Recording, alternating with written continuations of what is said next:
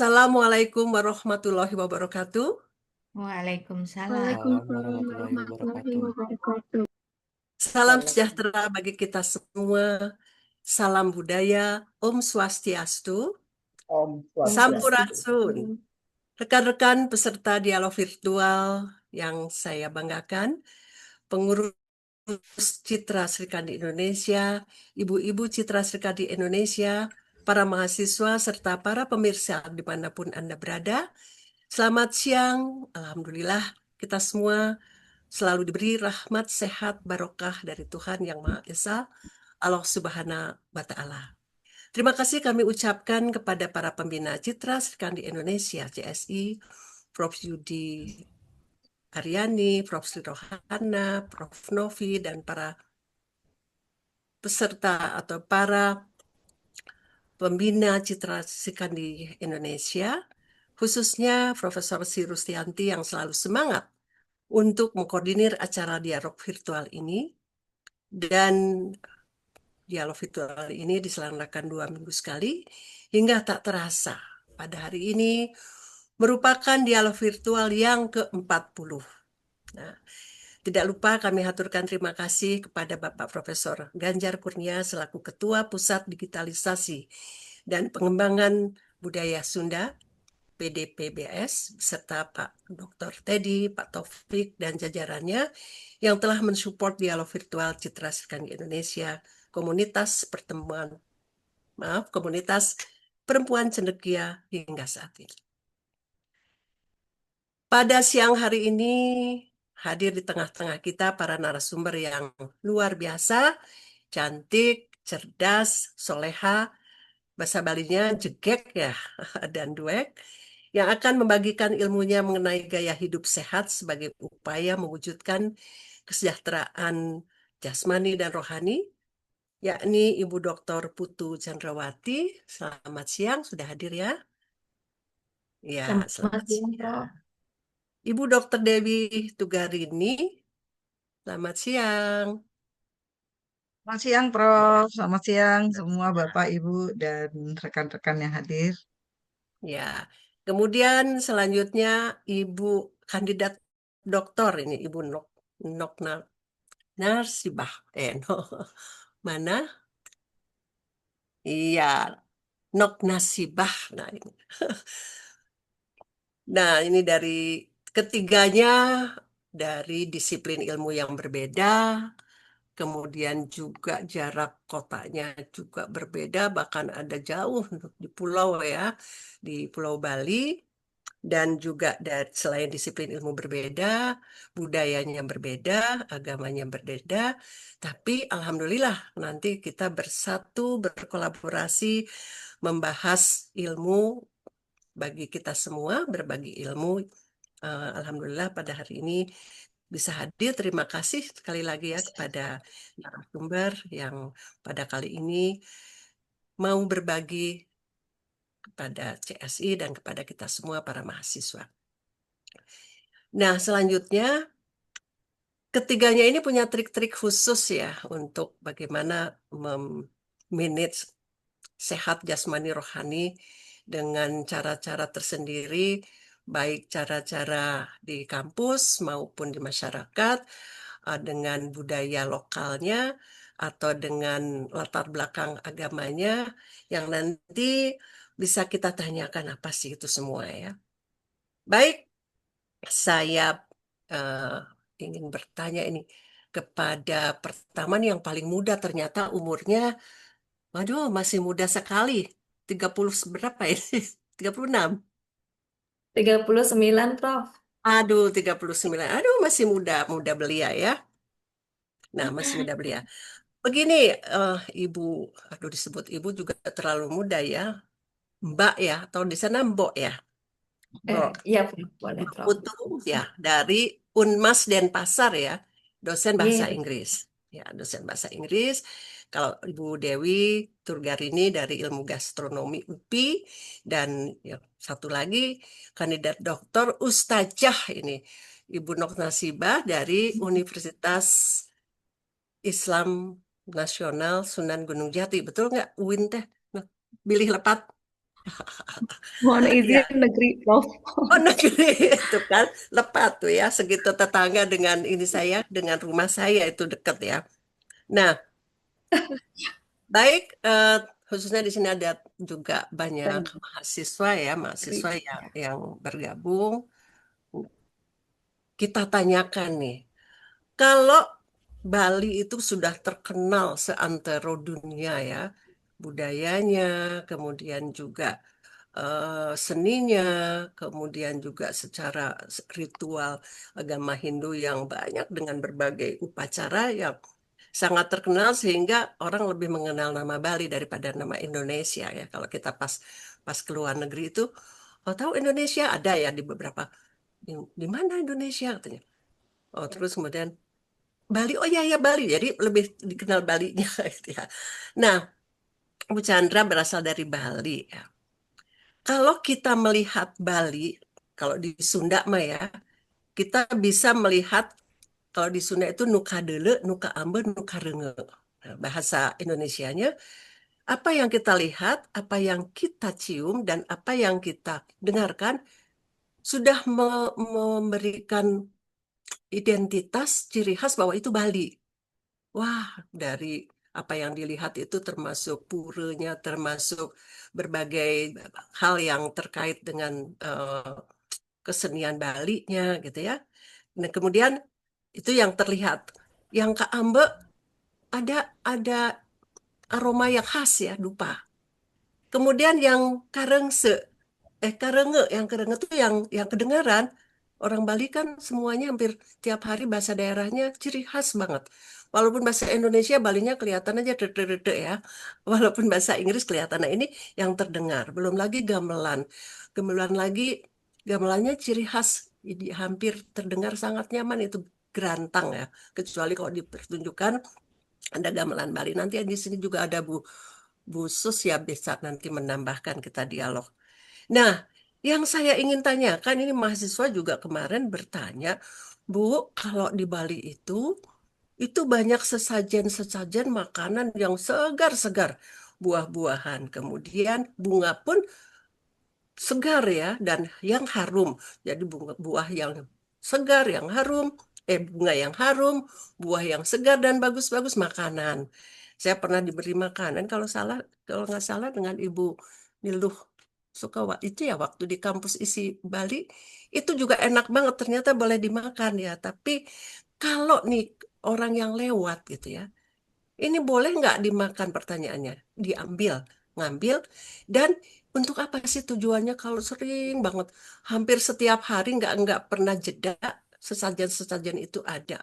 Nah ini orang Bali kaya-kaya ya, itu mahal-mahal buah-buahannya anggur, apel, salak, bisa. Mau nggak Bu? Bu Nilu. Kok Bu Nilu? Bu Putu. Terima kasih, Prof. Ya, Selamat siang untuk semuanya.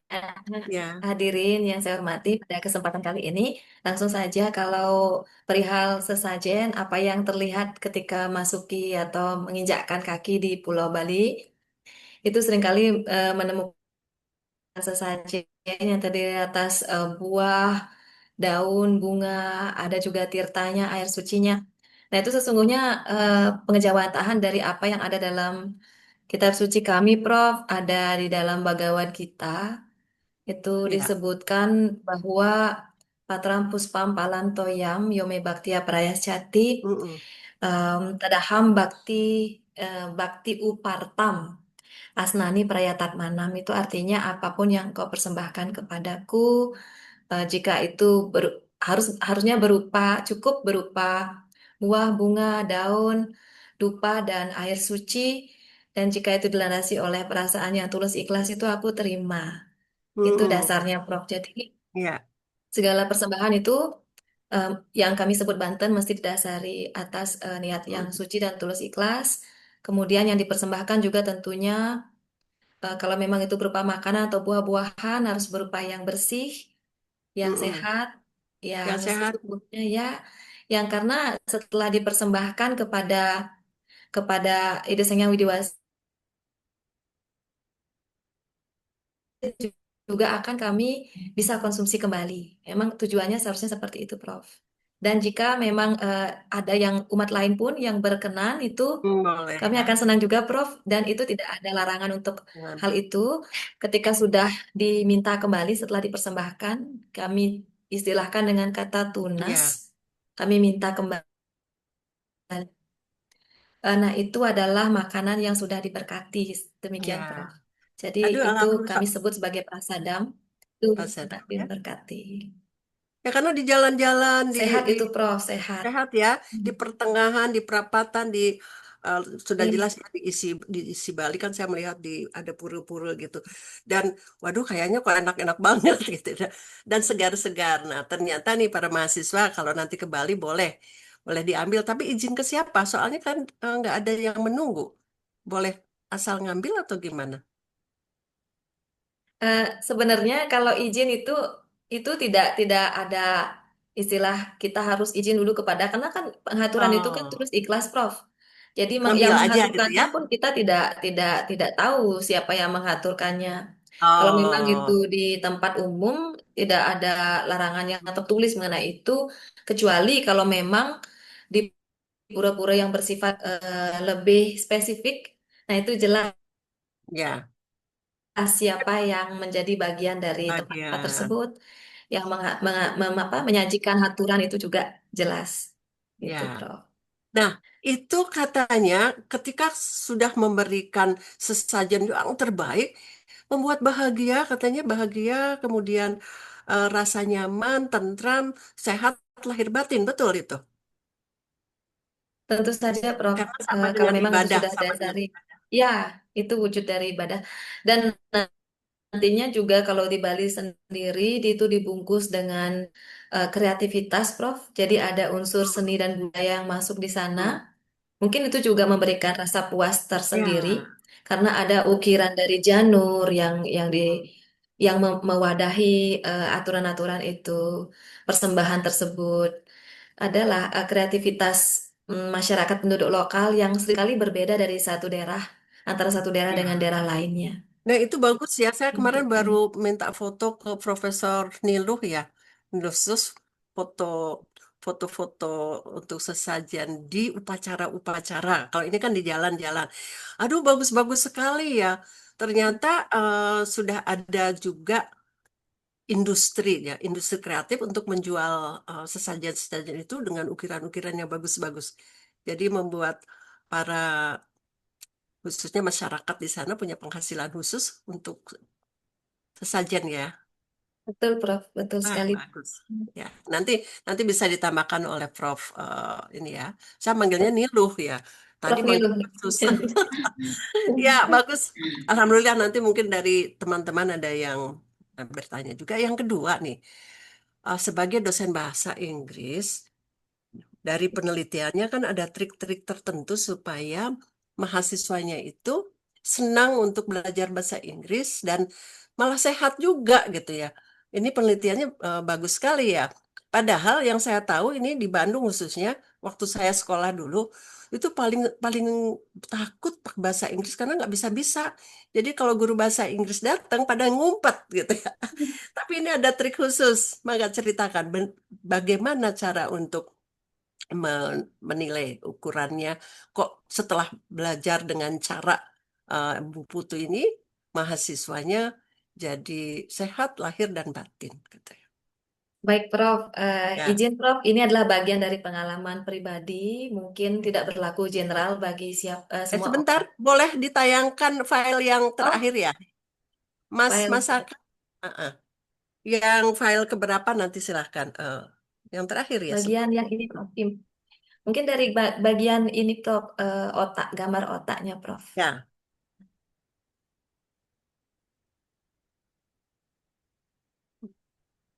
Masaka minta bantu, kedengaran nggak ya?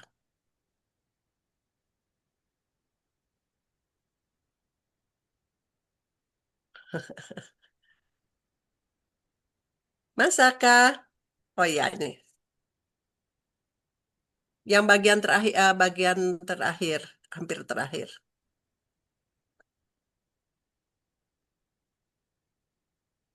Terus, yang mana Bu? Mbak? Eh, masih Terus, masih terus katanya. Ya, dari sini tunggu sebentar. Ya, ini Prof. Boleh di sini, Pasaka. Mungkin mundur lagi sekali, Pasaka. Masih Ya, terus ya. di sini Prof. Di sini tadi Prof sampaikan ada rasa takut yang biasanya menghantui pebelajar, khususnya Mm-mm. pebelajar bahasa asing, bahasa Inggris sebagai bahasa asing. Nah, rupanya memang betul betul secara teoritis juga ada tinjauannya nih ke Prof.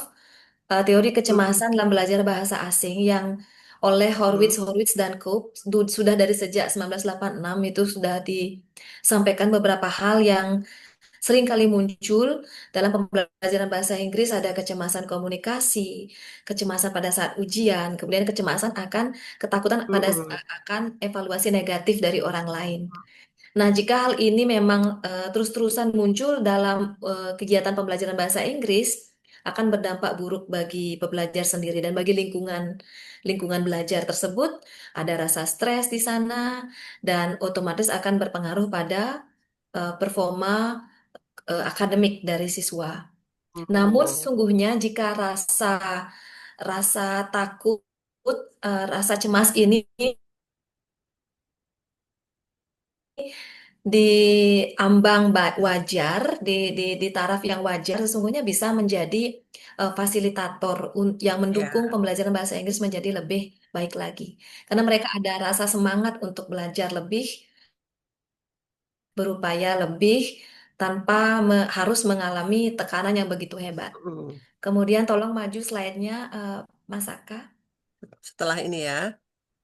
Iya, ternyata benar ya. Saya dulu begitu. Tuh SMA Iya, pada baik. kabur. Ya. Kepada mahasiswa atau kepada siswa atau kelompok pembelajar umum bisa disampaikan, Prof. Kalau Chandra sendiri pribadi, Mm-mm. mungkin teori-teori semacam ini secara dalam bahasa sederhana, mulai bahasa dan mulai pelajari Iya. bahasa bukan sebagai sesuatu yang harus ditakuti. Nah, ada teori cadangan kognitif atau cognitive reserve theory, Prof. Di sini Iya. cognitive reserve theory ini menjelaskan mengenai bagaimana otak itu sesungguhnya mampu mempertahankan fungsinya walaupun dia mengalami kerusakan, mengalami cedera. Sebenarnya otak mampu untuk merejuvenasi dirinya sendiri. Ya. Dan itu bisa berlangsung sepanjang usia jika memang otak dalam hal ini kemampuannya digunakan untuk Jadi belajar. bukan hanya untuk bahasa Salah Inggris satunya saja, adalah nanti bisa untuk yang lain bukan, ya. bukan. Ya, namun di sini ada juga teorinya bahwa orang dengan kemampuan bahasa yang banyak atau lebih dari satu bahasa yang disebut Hmm. sebagai bilingualis itu dari penelitian oleh Bialystok dan kawan-kawannya di tahun 2012. Jadi yang diteliti itu adalah 211 11 sampel, 11 sampel dan Oh. di mana 211 orang ini didiagnosis dengan penyakit AD, Alzheimer disease. Nah, Oh. tapi dari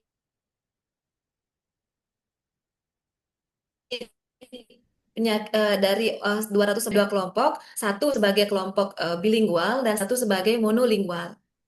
Dari Mm-mm. penelitian yang mereka lakukan, eksperimen mereka ditemukan bahwa mereka dengan kelompok 102 orang kelompok bilingual itu rupanya memiliki penundaan onset Alzheimer yang lebih lama. Jadi, Hmm. jika misalnya mereka yang monolingual itu sudah yang berpotensi AD ini terkena Alzheimer di umur 40 tahun, nah mereka dengan bilingualism sebagai bilingualis berbicara lebih dari satu bahasa itu bisa tertunda hingga lebih kurang 4,3 tahun setelahnya. Jadi masih ada Hmm. penundaan degenerasi Ya. apa kognitif di sana. Karena apa? Karena rupanya bilingualisme ini membantu otak untuk membangun saraf-saraf neuron-neuron penting, saraf-saraf yang lebih kompleks, yang lebih banyak, sehingga Ya. di sana dia ada kontrol yang namanya kontrol eksekutif itu lebih bagus. Jadi kontrol Iya. eksekutif ini dikatakan sebagai hal yang sangat penting para ibu-ibu yang saya hormati, karena dia memungkinkan manusia untuk membuat perencanaan-perencanaan, menentukan prioritas, kemudian problem solving, semuanya dimungkinkan oleh kontrol eksekutif ini. Jadi untuk Ya, mereka yang multitasking ini betul-betul sangat penting sekali. ya, Nah, ya. ini kalau istilahnya itu sederhananya sebagai CEO-nya otak. Nah, kemudian Hmm, jadi mempelajari bahasa juga melalui penelitian Bialystok dan kawan-kawan itu disebut sebagai olahraga, ol- sebut sebagai gymnya untuk otak. ya. Nah, Iya, kemudian kita aja bisa dilanjutkan. sebentar, Mbak. Gitu. Ini di Indonesia itu kan pada umumnya dia bisa bahasa minimal tiga ya. Bahasa daerah, bahasa Indonesia, bahasa Inggris minimal. Belum lagi bertambah. Nah, nanti silahkan penelitian selanjutnya ke untuk otak dan kecerdasan akhirnya ke lahir dan batinnya seperti apa. Mangga dilanjut yang barusan. Mungkin dilanjutkan slide-nya, Mas Saka. Terima kasih. Nah, singkatnya kalau monolingual itu diibaratkan seperti sebuah jalan tol Mm-mm. dengan satu akses jalan utama. Kalau bilingual itu lebih atau multilingual, polilingual, lebih dari Banyak. satu akses. Nah, ketika salah satu dari sistem saraf otak kita mengalami kerusakan, maka dia akan ada alternatif jalan, alternatif lain yang bisa dilewati, sehingga tidak terjadi kerusakan permanen atau kerusakan parah di sana. Sehingga ada alternatif-alternatif lain jika terjadi misalnya masalah-masalah yang berhubungan dengan otak di daerah bagian-bagian otak, lobus otak dan sebagainya. Itu bagus sekali sebenarnya bisa mempelajari lebih banyak bahasa. Dan syukurlah betul sekali apa yang disampaikan oleh Prof. Endang. Kita sebagai bangsa Indonesia diberikan kesempatan belajar lebih banyak bahasa-bahasa daerah, bahasa nasional, bahasa Iya. internasional. Luar biasa. Oke, Iya, bahasa boleh daerahnya dilanjutkan? banyak ya. Saya saja minimal bahasa daerah tiga nih. Ada Jawa, ada Sunda, satu lagi Jawa pinggiran. Ya, lanjut. Luar biasa. Boleh Ya, dilanjutkan mungkin slide-nya, Pak enggak, enggak. Saka.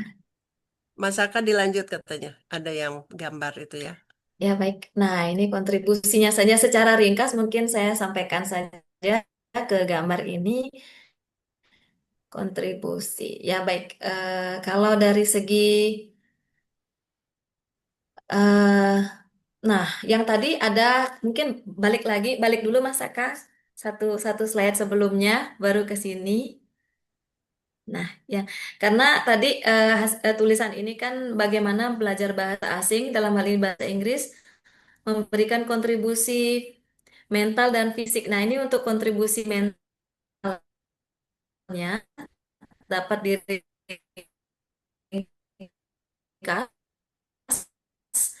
bahwa eh, belajar bahasa asing, dalam hal ini bahasa Inggris, jadi keyakinan kita mampu melakukan sesuatu. Kemudian ada juga perbaikan regulasi emosi. Karena apa? Menurut di tahun 2012 dan tahun 2020 itu disebutkan bahwa mereka dengan kecakapan berbagai bahasa itu biasanya memiliki empati yang lebih tinggi. Dengan empati yang lebih baik, mereka juga mampu menempatkan dirinya pada perspektif orang lain. Jadi istilahnya ada perspektif taking di situ. Dan secara emosi mereka lebih fleksibel, bisa meregulasi stresnya sendiri. Sehingga untuk kesehatan mentalnya itu akan sangat terbantu. Dan untuk hal ini pun kontribusi pembelajaran bahasa Inggris terhadap kesehatan mental juga disebutkan dapat menurunkan risiko depresi dan gangguan kecemasan. Hmm. Mereka Ya, memiliki network atau jaringan sosial global yang lebih luas. Dengan jaringan yang lebih Mm-mm. luas, mereka memiliki otomatis peluang dukungan sosial yang lebih kuat. Nah, dengan Ya, dukungan sosial yang lebih kuat, mereka akan mampu mewujudkan atau mampu mencapai, mereka akan terbebas dari insya Allah terbebas dari depresi, risiko-risiko seperti itu, gangguan kecemasan, karena otomatis secara lingkungan sosial juga mereka sudah sangat sehat, sangat terbantu, termotivasi. Jadi mereka mendapatkan Dan pengembangan percaya dan diri ya, iya, dan lebih percaya secara diri. percaya diri, self Ya, confidence, self ya, efficacy, mereka yakin mereka bisa ya, mengatasi, menguasai lingkungan. Menguasai ya, lingkungan itu juga memang betul didapatkan dari pembelajar yang memang betul-betul sudah mencapai tahap itu, Prof. Baik, kita ya. lanjutkan sekarang untuk kontribusinya terhadap kesehatan fisik. Nah, secara kesehatan fisik mungkin ini tidak banyak terlihat secara kasat mata. Namun Mm-mm. dari aspek neurologis ini bisa dibuktikan, bisa dibuktikan melalui klaim-klaim yang telah diberikan oleh para periset. Dalam hal ini terkait dari Klimova dan Kica di tahun 2020 itu disampaikan bahwa pembelajaran bahasa asing, belajar bahasa Inggris sebagai bahasa asing berkontribusi mengaktifasi otak dan neuroplastisitas. Kalau aktivasi otak ini artinya eh, bagaimana belajar bahasa Inggris itu mampu merangsang sel-sel saraf neuron yang kita miliki sehingga bisa meningkatkan fungsi kognitif, konsentrasi, kreativitas, kesehatan mental. Misalnya mungkin ibu-ibu di sini yang familiar atau sudah sering mempraktekkan kegiatan lain selain bahasa Inggris juga sebenarnya ada seperti mengerjakan TTS, teka-teki silang. Itu mungkin game-game yang berhubungan dengan otak, ada game Sudoku, ada tes vocabulary ya. Terus ada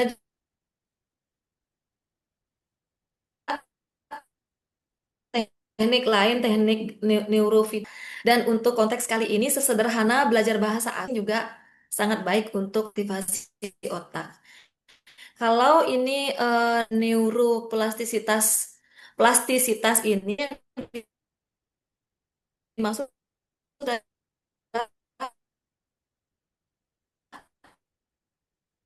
Hmm, ngelek apa? Suaranya hilang. kemampuan otak untuk kembali ke dalam situasi. Apakah sudah oke, Ibu? Sudah Udah, masuk, Ibu? ya tadi suaranya hilang. Oke, Oke, baik. lanjut. Ya, mohon maaf Niki mungkin karena jaringannya. Jadi Ya, eh, em, kemampuan konsentrasi kembali, kemudian merestruktur dirinya kembali setelah ada tekanan-tekanan yang bersifat psikis atau bersifat mental kepadanya itu rupanya bisa bisa dibangun kembali dengan aktivasi otak yang dilakukan oleh pembelajar. Jadi ini sesungguhnya saya pikir ini sangat penting ditekankan bagi mahasiswa, bagi siswa maupun untuk kita semua karena rupanya rupanya ketika kita belajar bahasa itu otak juga bisa teraktivasi dan itu terjadi sepanjang hayat. Kalau kita mm-mm. hubungkan dengan teori yang disebutkan oleh Bapak Ki Hajar Dewantara, belajar sepanjang hayat itu masuk akal juga. Dan ada Ya, juga teori yang disebutkan oleh PBB, pembelajaran sepanjang usia, lifelong learning itu masuk akal karena rupanya tidak berhenti, tidak berhenti sampai kita di liang lahat nggih kalau bahasa Islaminya. iya. Tetap kita bisa belajar dan berkembang dan bertumbuh seperti itu. Baik, mungkin bisa dilanjutkan. Intinya kalau untuk core, oke, kita lanjut. Baik, terima kasih Mas Aka. Nah, kita ke implikasi pedagogis. Jadi, sepanjang pengalaman saya pribadi, ada beberapa hal yang memang penting untuk diterapkan ketika mengajarkan bahasa Inggris sebagai bahasa asing. Yang pertama adalah kita mesti mengemasnya dalam bentuk pembelajaran yang berbasis fungsional. Tidak selalu mulus. Seringkali banyak siswa atau pembelajar yang merasa cemas, seperti yang kita bahas sebelumnya, di Hmm, slide sebelumnya. Nah, untuk menghindari hal itu, kita bisa terapkan pendekatan pembelajaran berbasis dukungan emosional dengan pengajaran yang menunjukkan empati guru, dengan kehangatan interpersonal yang wajar antara guru dengan siswa. Kemudian kelasnya juga harus inklusif dan ada umpan balik konstruktif. Nah, lingkungan kelasnya dibentuk menjadi kelas yang aman secara psikologis. Jika memang ada siswa atau mahasiswa yang melakukan kesalahan dalam proses belajar bahasa ini dan bertumbuh. Jadi tidak ada labeling yang negatif di sana.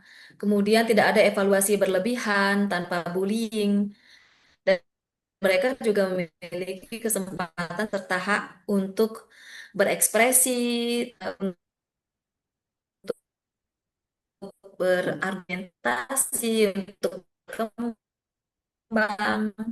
Dalam baik mungkin dilanjutkan kembali ke slide selanjutnya, Pak Saka. Setelah ini ya slide-nya. Ya, Bisa masuk slide selanjutnya ya, Pak Saka. ya. Ini pakai olahraga juga ya, belajar bahasa Inggrisnya. Betul, pakai olahraga. Nah, ini implik pedagogik yang lain adalah dengan menerapkan praktik mindfulness yoga. Hmm. Jadi, dengan kegiatan praktik mindfulness bisa diterapkan dengan mindful breathing. Mungkin balik lagi ke halaman selanjutnya ya, Pak Saka, ke slide Kayak ini. selanjutnya.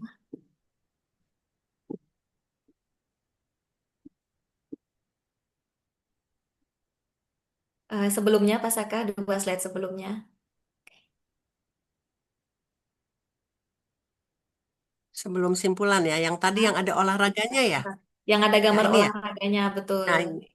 Ya, ini ada mindful breathing, ada guided meditation.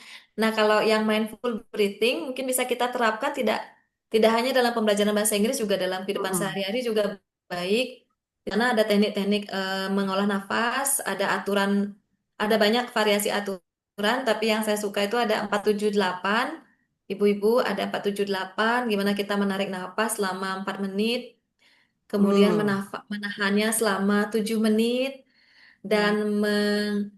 melepaskannya Tembuskan. dalam Heeh. waktu 8 menit, menghembuskannya dalam 478 8 ya. menit. Mm-mm. 478. Kemudian ada juga itu otomatis dengan situasi yang tenang. Bisa cipta kondisi itu di kelas. Kemudian dengan kita menerapkan metode menarik napas 478 ini, menarik napas, menahan dan mengeluarkannya, itu otomatis detak jantung menjadi slow down, menjadi melambat. Kondisinya parasimpatetik, menjadi lebih tenang, jauh lebih tenang. Kemudian bisa juga dengan pernapasan perut, bisa dilakukan dalam waktu 3 sampai 5 menit. Hal ini bisa dilakukan setiap hari atau setiap kali pertemuan di kelas. Tidak banyak sih mengambil waktu, memang harus didedikasikan sedikit waktu untuk itu. Kalau yang lain-lain seperti meditasi, meditasi bisa untuk pembelajar jika memang arealnya memungkinkan, itu juga bisa diterapkan dalam ruangan, di dalam kelas maupun di luar kelas. Terasi kesehatan mental dan fisik. Nah, ini penting bagi siswa maupun bagi guru sendiri. Misalnya bisa dengan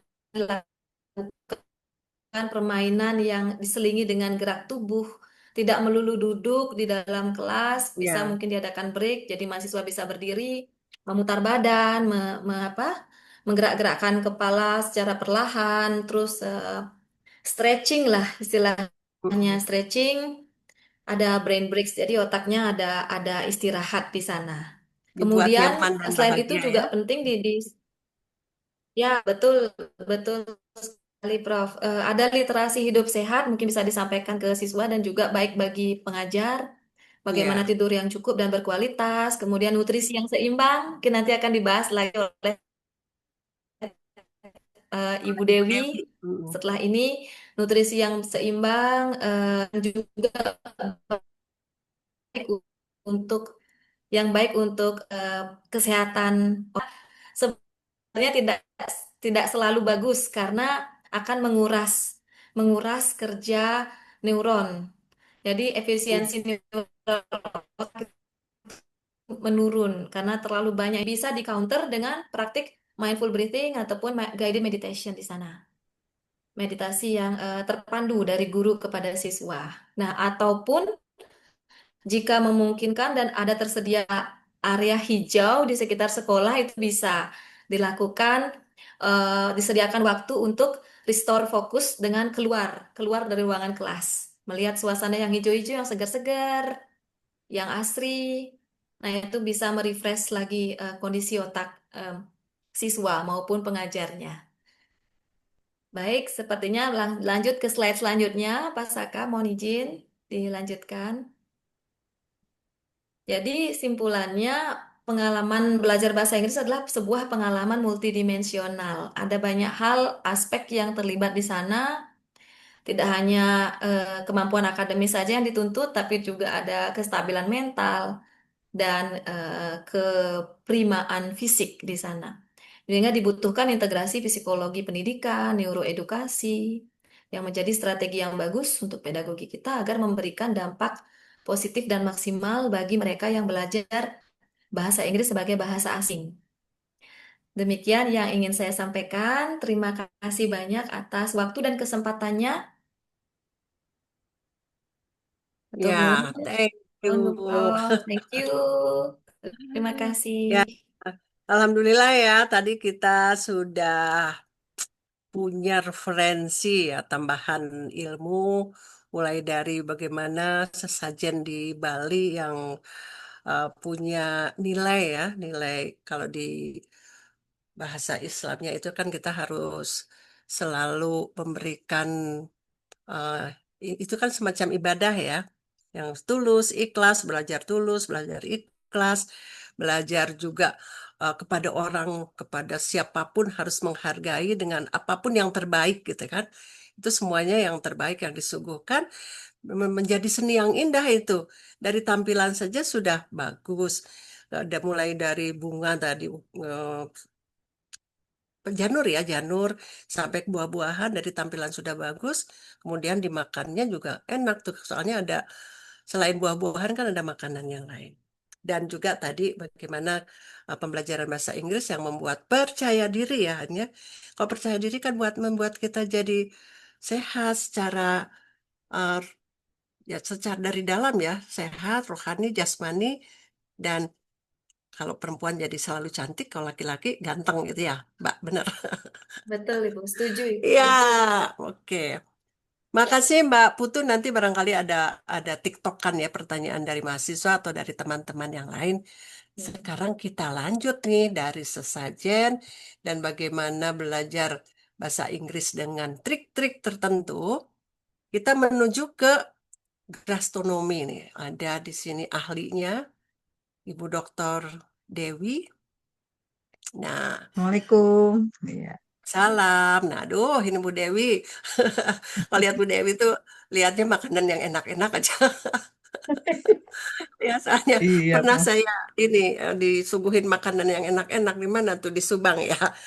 Nah, Iya. Desa Cebuluh, iya. Prof. Oh iya benar, aduh desa itu. Dan kita nyemplung ke kali. Iya. Kita nyemplung ke kali seru. Nah, Bu Dewi, kalau saya ataupun semua ibu-ibu ke daerah ya, selalu mencari makanan itu makanan tradisional.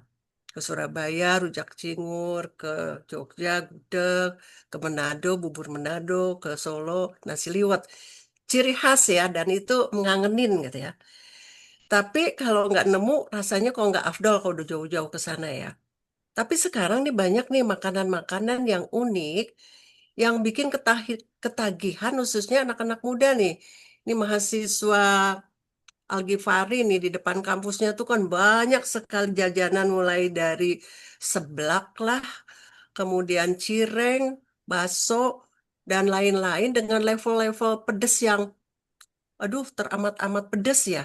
Dan seakan-akan mereka bangga kalau bisa menghabiskan rasa-rasa yang levelnya pedesnya minta ampun nih.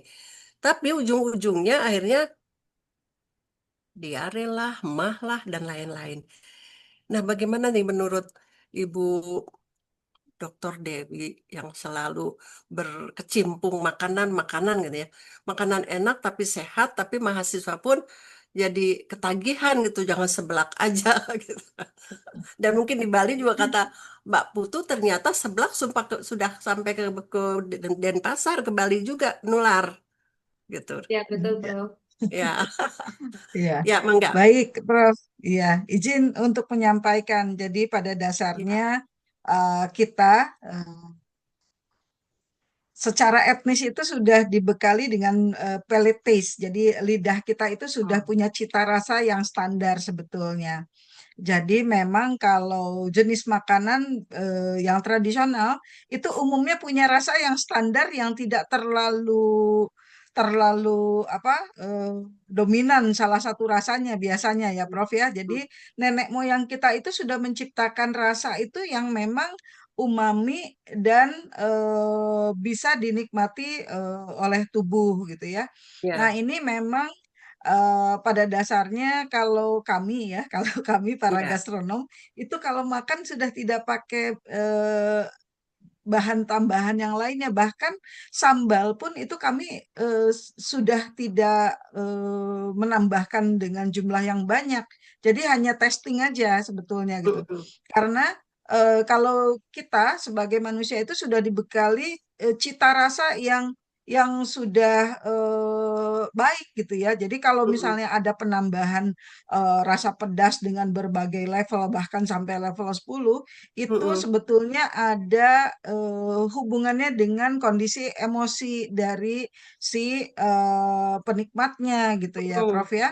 Jadi ada penelitian yang hasil penelitian bahwa selera makan manusia itu memang terpengaruh juga oleh kondisi emosinya. Ya. Sebagai contoh, biasanya kalau orang yang ini karena kita maklum juga kaum muda ini dalam Mm-mm. kondisi emosi yang sedang dinamis gitu ya. Jadi memang kebutuhan untuk mendapatkan cita rasa yang lebih tajam dan meningkat itu memang Mm-mm. misalnya dengan level pedas ya karena memang secara emosi ada kejenuhan, ada kebosanan sehingga membutuhkan stimulasi rasa pedas yang lebih tinggi begitu Prof ya. Ya. Mungkin ini kita juga mengalami ya Prof waktu kita muda mungkin makan Udah. bakso 3 sendok lah gitu ya. Kalau sekarang udah enggak gitu ya, udah Aduh, tidak bisa aduh. lagi, tidak tubuh sudah menolak gitu ya. Ya. Nah, Mm. kemudian ada juga yang ingin makannya makan manis gitu ya. Siapa yang suka coklat? Ayo angkat Mm-mm. tangan gitu ya. Tapi Ya, kan kayaknya itu saya suka itu coklat juga suka.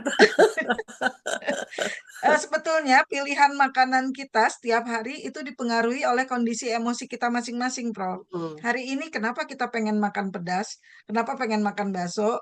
Kenapa hari ini kemudian kita pengen makan coklat? Mm-mm. Kemudian kenapa hari ini kok saya mendadak nih pengen makan es krim gitu ya?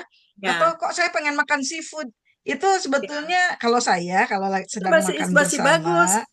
Tapi kadang-kadang kepengen makannya itu sambal sama jengkol sama pedas aku mah. Ya itu ada sebetulnya ada interpretasinya. Jadi Ya, kondisi emosi setiap hari manusia itu akan selalu fluktuatif gitu ya. ya, Kalau betul. memang sedang mau makan pedas berarti memang ada kejenuhan. Ya, Kemudian betul. kalau pengen makan coklat mungkin dalam kondisi sedang sad atau sedih. Nah, kalau misalnya Hmm. kenapa tiba-tiba pengen makan es krim itu berarti mungkin dikarenakan adanya apa sedang ada kegelisahan gitu makanya makan es krim untuk langsung menimbulkan efek NAM namanya. Nah, Hmm. itu contoh. Jadi masih banyak lagi kenapa maunya makan seafood? Ya memang butuh apa ya? Dinamis lagi bosan. Nah, itu biasanya Hmm. maunya makan seafood tuh kayak gitu gitu. Jadi Nah, itu ada besar. contoh-contoh. Mm-mm. Ini loh, Bu Dewi, kan kalau makan itu harus sesuai kebutuhan. Tapi banyaknya kan Ya, keinginan ya. Dan juga iya betul. lagi tren. Ada teman-teman tuh ngajaknya kita ngebahas yuk di sana, kita itulah di sana.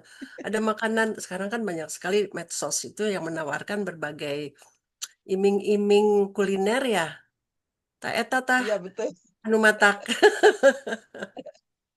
Ya wajar wajar aja sebetulnya ya Mm-mm. Prof ya kalau memang pada dasarnya kita memang diberkahi oleh eh, Allah Subhanahu wa taala untuk melakukan pilihan dalam dalam hidup Mm-mm. kita termasuk pilihan makanan kita. Jadi kita memang harus sangat bijaksana memilih makanan yang sesuai dengan kebutuhan tubuh kita dan karena kalau tidak ya dampaknya karena kebutuhan makan kita kan memerlukan gizi yang seimbang setiap Iya. hari ya, Prof ya. Mm-mm. Dan komposisi jumlah juga kan itu juga sudah ada batasannya ya. Kayak seperti saya sekarang sudah tidak makan nasi gitu ya. Saya sudah tidak Hmm. berani makan nasi karena ada efek misalnya ngantuk. Kayak itu kan berarti udah ada Mm-mm. kadar gulanya sudah tinggi tuh. Ya, Nah, jadi ya. kalau sekarang pilihannya ya menggunakan beras porang atau umbi-umbian gitu Mm-mm. pengganti si si apa si Karbohidrat. karbohidratnya gitu ya. Kalau yang jenis protein kita bisa melakukan pilihan karena setiap manusia juga punya kadar sensitivitas ya, ada yang alergi dan lain-lain ya. Tentu karena setiap orang juga kebutuhan konsumsi protein berbeda-beda ya, Prof Ada, ya. Kayak ya. misalnya ada orang yang memang kebutuhannya makan eh, ada kebutuhan untuk makan daging ya. Itu kan berarti Mm-mm. kondisi emosinya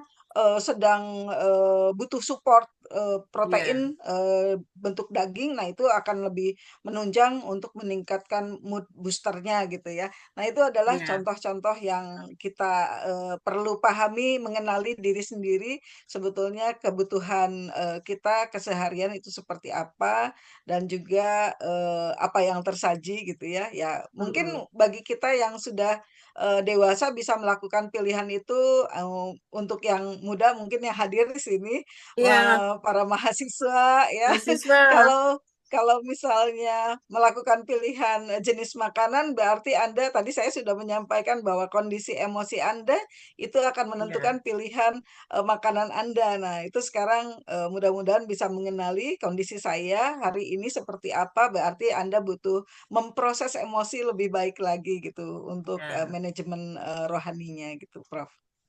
Nah, ini kan banyaknya anak mahasiswa itu anak-anak kos ya. Anak-anak kos yang makan itu kadang ibunya, bapaknya mah sudah wanti-wanti harus makan yang sehat gitu. Tapi kenyataannya mereka kan sesuai aja yang gampang gitu. Indomie lagi gitu ya. Terus saya juga kadang karena punya cucu dua-duanya kos ya, pengen tahu sih bagaimana di kamarnya teh aya naon wae gitu ya. Temennya juga ternyata buah itu kok banyak dan sayur itu tidak ada di kulkasnya mereka. Nah, nah ini mahasiswa nih. Nah, padahal itu penting banget ya. Nah, tolong Bu, ini Ah, mahasiswa sangat banyak penting. nih.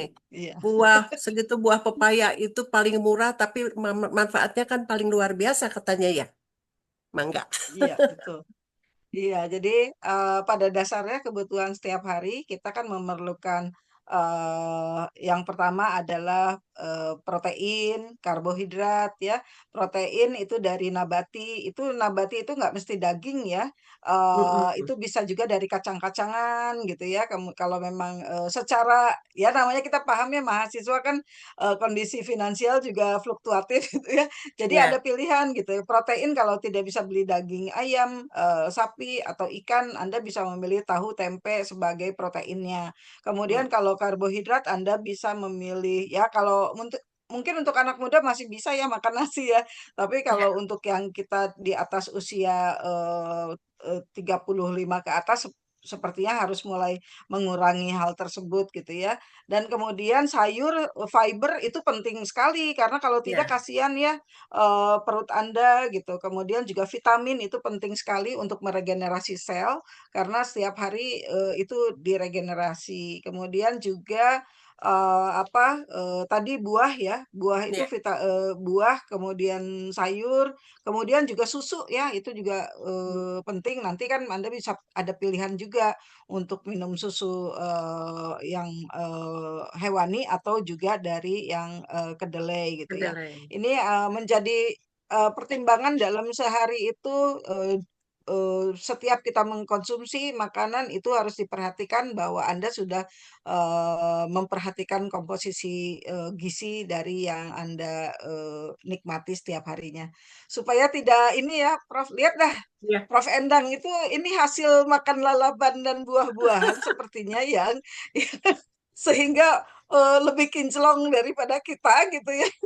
Ini adalah kan aduh, seperti kita pahami bahwa segala sesuatu makanan yang kita butuhkan itu prosesnya panjang, berkelanjutan. Jadi tidak ya, bisa mendadak mendadak ada ya. mendadak sehat gitu ya. Mendadak pola makan sehat ya. Ini harus memang dilakukan setiap harinya supaya tubuh kita menjadi sehat walafiat gitu ya. Iya. Begitu, Nah, Prof. Bu Dewi, jadi inget tuh zaman saya kecil, itu kan zaman susah beras ya. Saya kan lahir tahun, aduh, udah 1956. Susah beras, jadi di rumah yang ikut banyak. Kita makan itu sudah kalau bahasa Jawanya ditelening-telening, bahasa Sunda, no, dialas. Dialas Iya, segitu, iya, iya. segitu. Jadi sepiring tuh nggak penuh. Betul, betul. Ya, terus saya punya kakak laki-laki, dia kan kurang dengan makanan yang dialas. Punya saya dengan punya adik saya diambil. Jadi sudah terbiasa makan nasi itu sedikit mungkin gitu ya. Alhamdulillah itu Alhamdulillah. hikmahnya. Dan pada waktu itu kan susah daging boro-boro gitu sebulan sekali. Iya, iya. Telur aja satu dibagi 5. Tiap hari tahu tempe sayur, tahu tempe sayur. Nah, itu itu mungkin ya terima kasih lah. Jadi sampai sekarang makan nggak bisa banyak nasi Ya, proses. alhamdulillah sekali. Mungkin Ya, untuk generasi sekarang agak sulit itu kayak gitu. ya, cucu saya Iya, ya. aja yang SMP telur sampai 7, Bu, 5 atau 7. Tapi badannya memang gede Wah, banget. Tapi nggak tahu untuk ke iya, depannya tuh. Aduh, sekarang iya. sekarang segala macam banyak ya, tidak susah seperti saya waktu kecil. Iya, sama Nah, sama seperti saya juga, Prof. waktu kecil, tapi Iya, generasi sama di kamu alas ya. juga. Nah, ada pertanyaan lagi, tapi nanti barangkali dari mahasiswa aja banyak ya. Eh, kita ke Bu Nok dulu, nanti kita balik lagi. Rame nih kayaknya Bu Nok, soalnya ini masalah, kalau tadi masalah makanan, kemudian masalah budaya dan juga bahasa Inggris yang mengglobal. Kalau kita cuma bahasa Sunda wae, nanti kalau pas ke bandara, mau ke Hong Kong, mau ke kemarin saya baru ada Prof Ana ya. Dengan Prof Ana kita baru udah di Skotlandia nih kemarin. Ya, jadi kita juga tadi harus bisa bahasa yang lain. Nah, Prof Nok tadi berbicara masalah kesehatan ya. Nah, ini karena ini Ibu Ustazah ya, Bu Nok. Jadi saya bertanyanya ke yang ada dalam hadis ya, tapi terkait dengan kesehatan. Kata ada hadis, nah Rasulullah bersabda bahwa manusia tuh di tubuhnya ada eh, segumpal daging atau apa yang kalau ya, yang kalau tidak dipelihara dengan baik, tentu badan tubuh kita akan jadi rusak. Kalau dipelihara dengan baik, tubuh kita jadi sehat.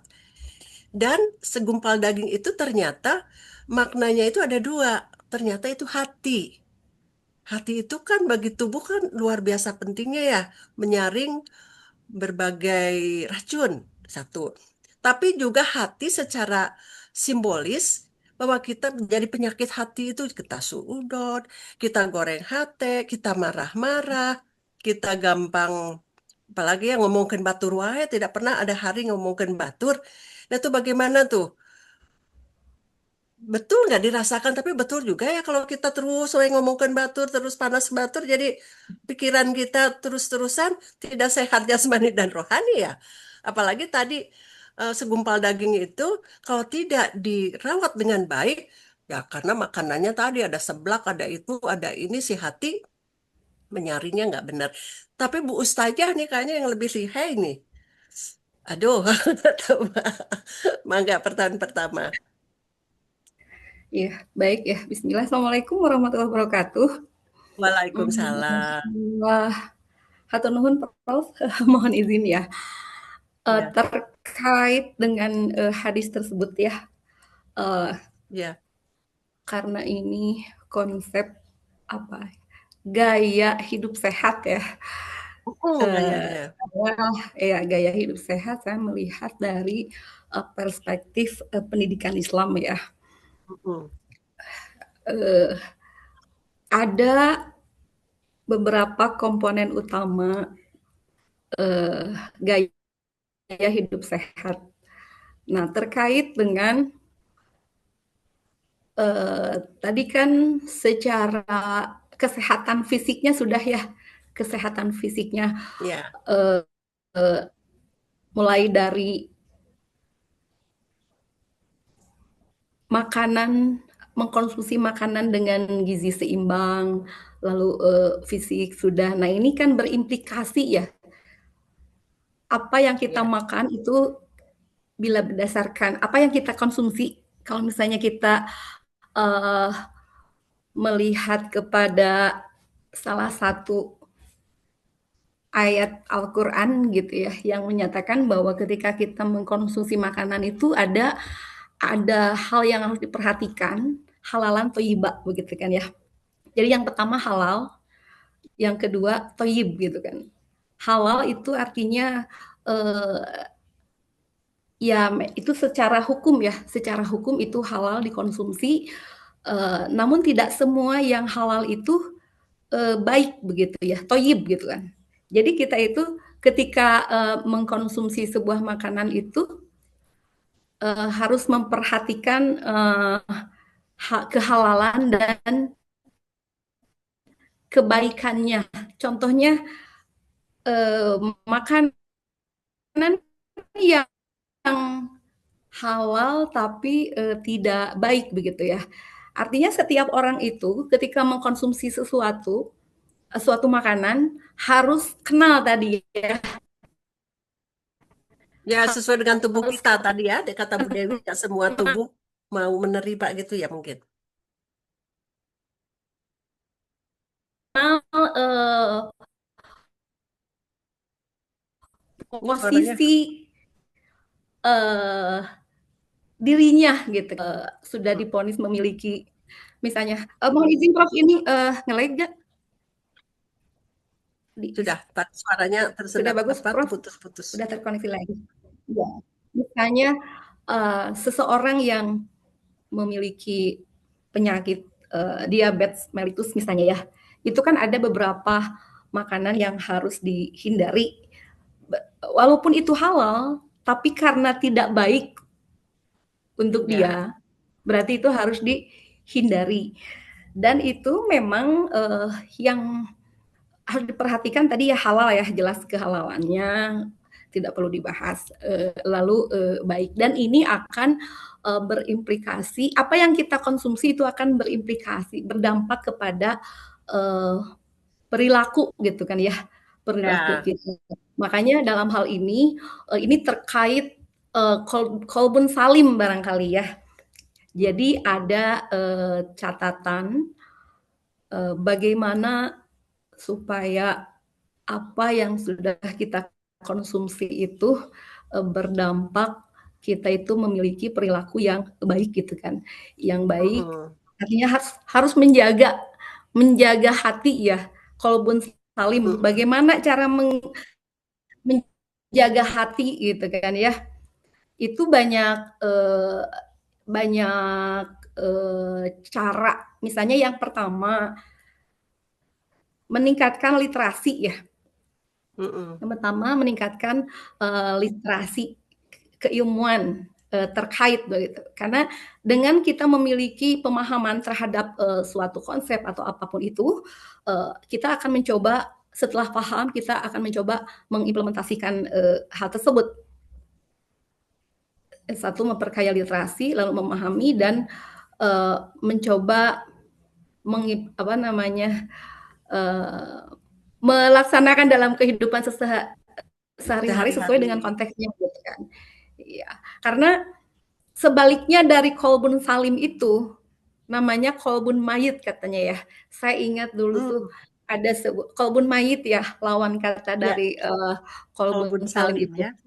Kolbun mayit itu pernahkah kita pada suatu fase di mana ketika kita melakukan sesuatu yang bertentangan atau yang salah, tapi kita tidak merasa bersalah dan tidak takut begitu. Hati-hati katanya. Ya, ya, ya. Apabila kita berada pada posisi itu, tetapi Ya. tidak merasa bersalah, bahwa kolbun hati kita tidak baik gitu kan, tidak baik-baik saja gitu, tidak sehat gitu ya, tidak sehat atau ya tidak sehat. Itu kan ibarat kolbun mayit itu ya ibarat mayit atau orang yang telah meninggal, walaupun dicubit atau dipotong-potong itu nggak bakalan apa? Tidak akan Teboga rasa bener ya, bahasa Sunda mah tegaduh raraosan gitu ya. Tegaduh raraosan, mati rasa. Mati rasa gitu ya. Iya. Ya. Dan itu ketika orang mencoba mengimplementasikan dalam kehidupan sehari-hari, itu kan tadi pilihan sama seperti makan ya.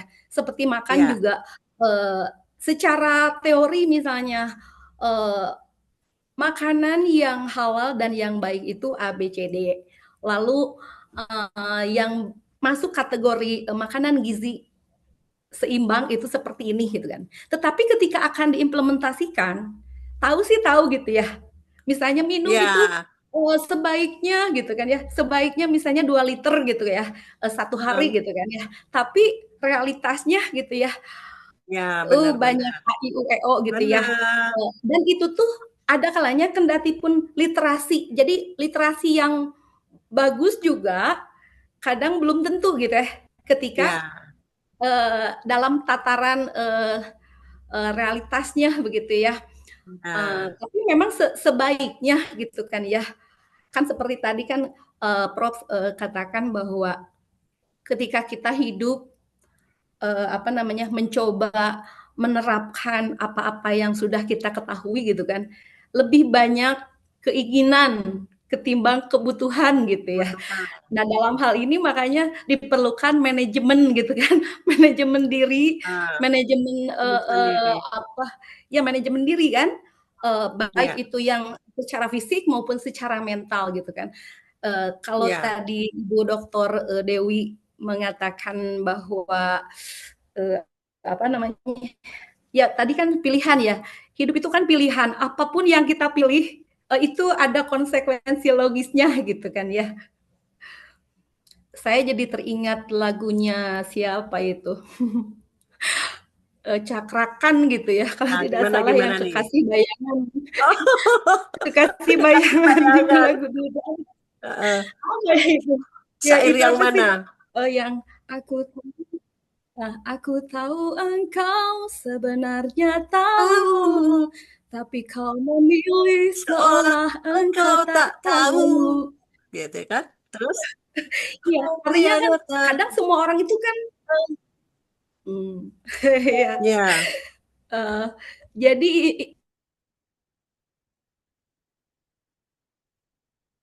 wow, ini suaranya hilang. Menurut saya kadang kita tahu, tetapi dalam implementasinya kita individunya mau memilih yang mana begitu kan ya? Ya, betul. Ya kan? Mau memilih yang mana? Bebas sih. Kenapa bebas? Karena memang kalau dalam konsep Islam, sepemahaman saya, kan Islam itu yang pertama ada konsep fitrah. Satu ada fitrah. Yang kedua ada takdir, ya. Lalu tentunya ada ikhtiar. Dalam ikhtiar itu dalam konteks pendidikan ya, itu kan berproses. Lalu ada free will. Kalau fitrah itu apa? Fitrah kan merupakan sebuah kemampuan dasar, merupakan sebuah kemampuan atau potensi yang sudah yang sudah Tuhan berikan sejak sebelum lahir. Sejak sebelum lahir itu namanya fitrah. Fitrah. Jadi fitrah itu merupakan kemampuan, segenap seperangkat kemampuan atau potensi yang dimiliki, yang Allah berikan kepada manusia, kepada seluruh makhluknya, terutama kepada manusia sejak sebelum lahir. Nah, menurut beberapa penafsiran berbicara tentang fitrah, hal ini bisa dikonfirmasi dari Quran surat Al-A'raf ayat 172 gitu kan. Di antaranya yang pertama, yang termasuk fitrah itu adalah yang pertama adalah percaya akan adanya Tuhan. Jadi dalam konsep Islam, semua manusia di dunia ini terlepas dari hidup di belahan bumi manapun, agamanya apapun, yang jelas itu tuh sudah Allah berikan mereka semua manusia itu diberikan potensi percaya akan adanya Tuhan. Satu itu fitrah. Yang kedua ada sunatullah. Kalau sunatullah seperti matahari gitu kan ya, matahari terbit, matahari terbenam, itu ketetapan lah ya, ketetapan. Iya. Lalu fitrah itu Dan misalnya paling setia itu kenapa? Matahari itu paling setia ya. Pagi hari dia muncul, sore terbenam. Nah, jadi harus setia Ya seperti matahari. Ya, oke, luar biasa. Selalu menyinari. Iya, Ya. itu merupakan ketetapan Allah. Artinya apabila Ya. itu sudah berubah ya, Ah. berakhirlah dunia ini. Konsepnya seperti itu. Ya. Lalu ada contoh fitrah yang lain. Laki-laki itu suka sama perempuan, gitu kan? Dan sebaliknya, gitu Fitrah kan? yang benar So, ya. apabila Nah, sekarang banyak laki-laki senang sama laki-laki. nah itu namanya fitrah, Prof. Ya, Iya, betul. jadi kalau misalnya laki-laki mencintai, menyukai perempuan, dan sebaliknya, perempuan menyukai laki-laki, itu sesuai dengan fitrah. Fitrah, ya. So, apabila ada laki-laki menyukai misalnya sesama jenis atau apa, dalam konteks ini berarti menentang fitrah ya. Bukan menentang, ya, menyimpang. Intinya menyimpang dari fitrah. Kalau menyimpang berarti kan harus diluruskan, harus diingatkan supaya kembali ke fitrah. Maksudnya sesuai dengan fitrahnya. Termasuk kita juga kan misalnya kita berjalan pasti ke depan kan majunya. Kita berjalan menuju ke depan gitu kan. Tidak seperti Tuan Crab gitu kan yang berjalannya ke pinggir. Itu yang di SpongeBob itu kan ke pinggir ya. Ke yup apa ke piting. Kalau manusia kan itu tuh fitrah katanya kan gitu. Itu fitrah. Yang kedua tadi ada sunatullah ya. Tadi yang pertama adalah konsep tauhid bahwa manusia itu percaya kepada adanya Tuhan. Dan bahkan secara psikologis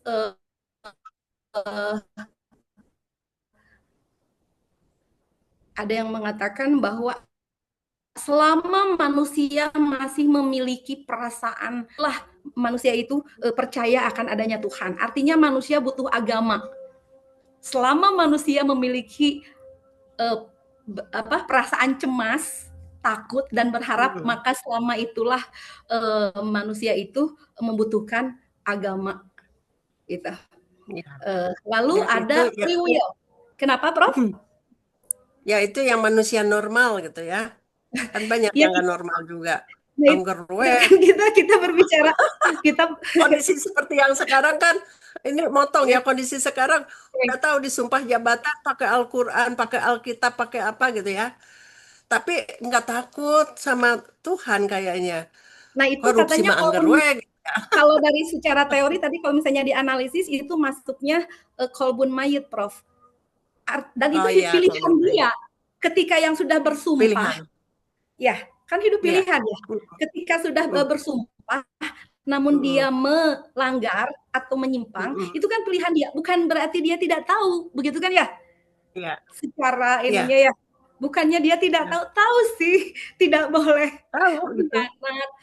Harus makanya amanah, ada tahu semua. Sunan Gunung Jati kan dalam ajarannya mengatakan bahwa sebegitu banyaknya manusia di dunia, yang paling pantas untuk terus dinasihati adalah dirimu sendiri. Gitu cek Betul, ajaran Sunan karena Gunung Jati. iya, tepat Prof. Bahkan ada yang mengatakan seperti ini, dalam sebuah filsafat itu dikatakan bahwa man arafa nafsah faqad arafa rabbah. Ya, Man arafa nafsah faqad arafa rabbah. Barang siapa yang mengenal dirinya, maka dia akan mengenal Tuhannya. Makanya setiap mm-mm. orang, setiap kita itu harus kenal siapa kita. Kita punya kemampuan, punya potensi apa, kita punya kekurangan apa. Kalau misalnya kita sudah mengenal apa potensi keunggulan namanya, diperkuat, ditingkatkan gitu kan ya. Tapi Ya, kalau misalnya kita juga jangan salah, harus apa? Harus tahu kekurangan kita apa sih? Kelemahan nah kita itu apa sih? Gitu kan ya. banyaknya Kalau suka tidak mau tahu ya. gitu. Ketika kita mengenal kekurangan kita, berarti kita akan mencoba berupaya untuk meminimalisasi gitu kan ya, Ya, meminimalisasi kesalahan ya. kekurangan atau Kekurangan, kesalahan-kesalahan tersebut gitu kesalahan. kan. Makanya kan tadi kan berarti banyak permasalahan ya Prof ya. Iya. Dan masalah itu di semua bidang kan ada, karena masalah itu Nah, sendiri, kenapa dikatakan masalah ya, karena kan terjadi kesenjangan ya antara dasolin sama dasain gitu ya, ya, ya. ya, Dan banyak banyak hal yang kayak gitu Maya. Tapi Mas sekarang kembali lagi Bu Nok bahwa juga kan kita kan secara harus sosiologi gejala artinya selama kita hidup. Mhm.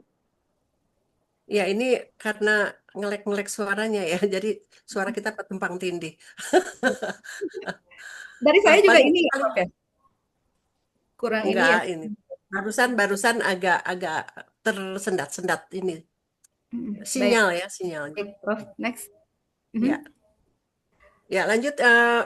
Barangkali kan tadi banyak sekali ya hal yang harus dibenahi dalam khususnya hati kita terkait dengan segumpal daging itu tuh hati ya, baik secara maknawi maupun secara hakiki.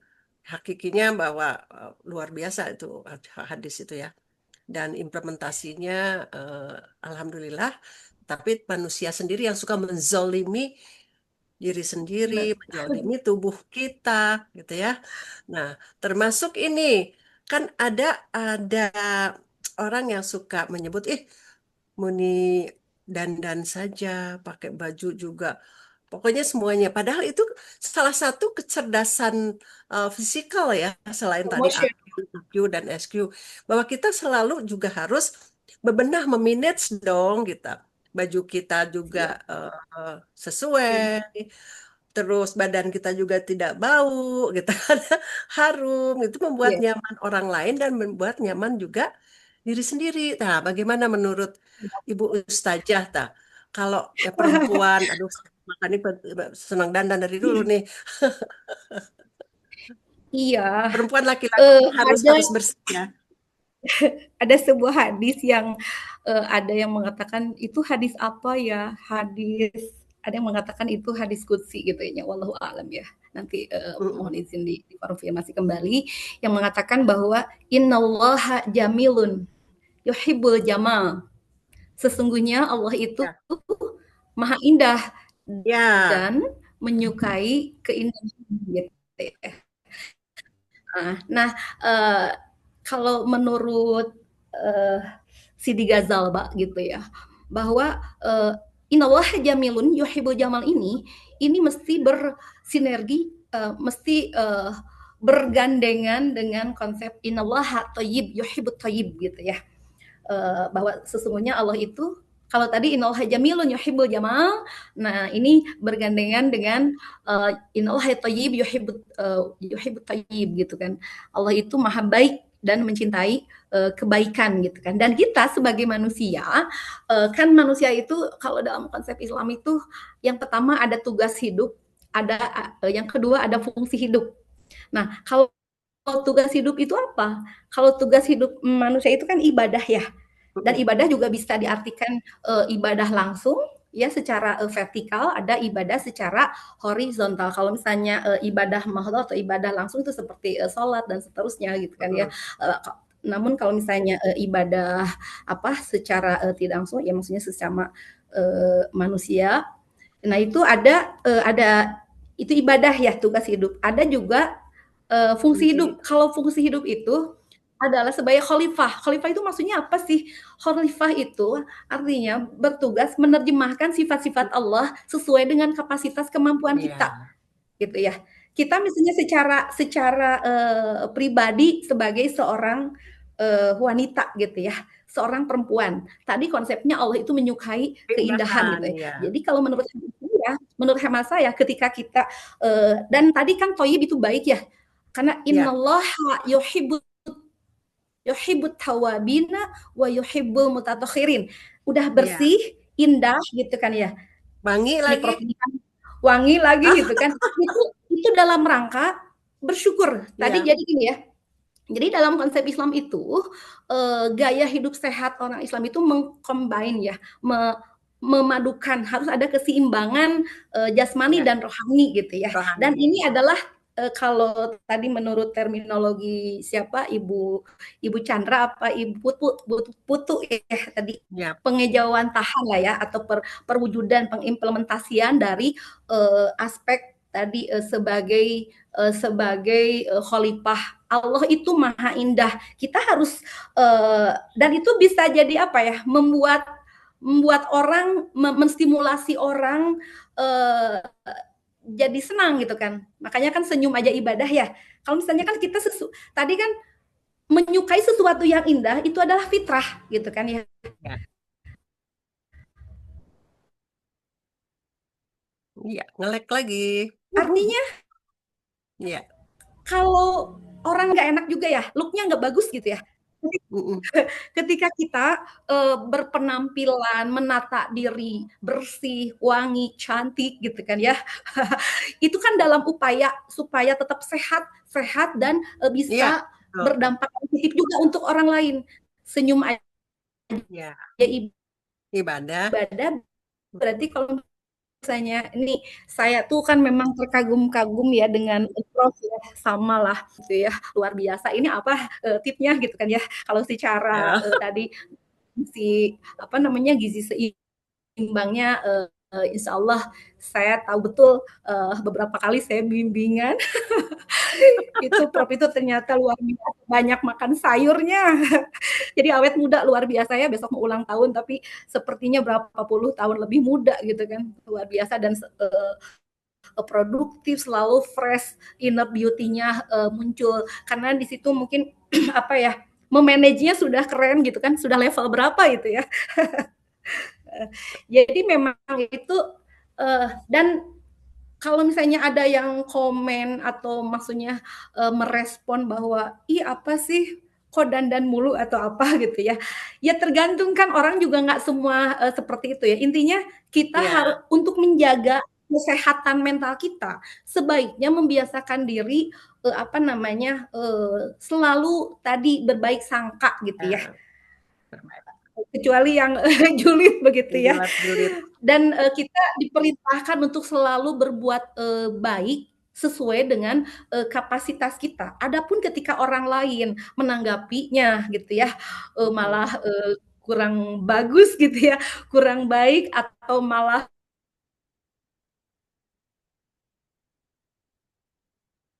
Ngelek lagi suaranya.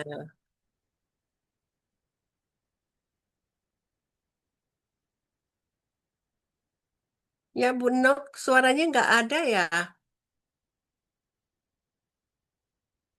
Ini suaranya. lebih dari itu ya Oh, kalau mencoba berbuat baik sebatas kapasitas sudah berikhtiar secara maksimal gitu. Sudah ini lagi ini unstable sudah. memang Sudah. koneksinya. Sudah. Ini sudah ada lagi ya. Jadi intinya, jadi pada prinsipnya kita tetap dalam kehidupan keseharian kita, namanya melakukan kebaikan sesuai apabila ada orang lain yang misalnya ya maaf ya atau terus iri atau apa malah sebaliknya atau maaf misalnya zolim ke kita gitu kan ya, ya itu kan urusan Allah ya, maksudnya urusan Tuhan Ya, gitu kan. Tapi kita juga tidak perlu misalnya kita walaupun misalnya kita membalas. sadar bahwa ya tidak perlu membalas. Artinya kan itu beda coupling ya. Kita sudah Ya, mendapatkan pahala pahala kebaikan, tapi kebalasan ya udah itu kan Allah yang atur. Yang biarkan penting saja dia ya. kita ya jadi supaya mental kita selalu waras katanya gitu ya, selalu sehat. Jadi kita meminimalisasi hal-hal yang sekiranya buruk. Dan memang dalam Iya. Islam itu hidup itu katanya hanya dua, Prof. Sabar dan Mm-mm. syukur begitu kan ya. Oh Dan betul, selalu hanya bersyukur, dua selalu sabar. kan dan tadi kan ini temanya itu gaya hidup Gaya hidup sehat ya. sehat ya. Kalau gaya itu kan berarti artinya upaya-upaya apa yang harus kita lakukan? Ya, Karena gaya hidup betul. sehat, jadi itu artinya sebuah proses bagaimana Style supaya ya. dalam hidup itu kita melakukan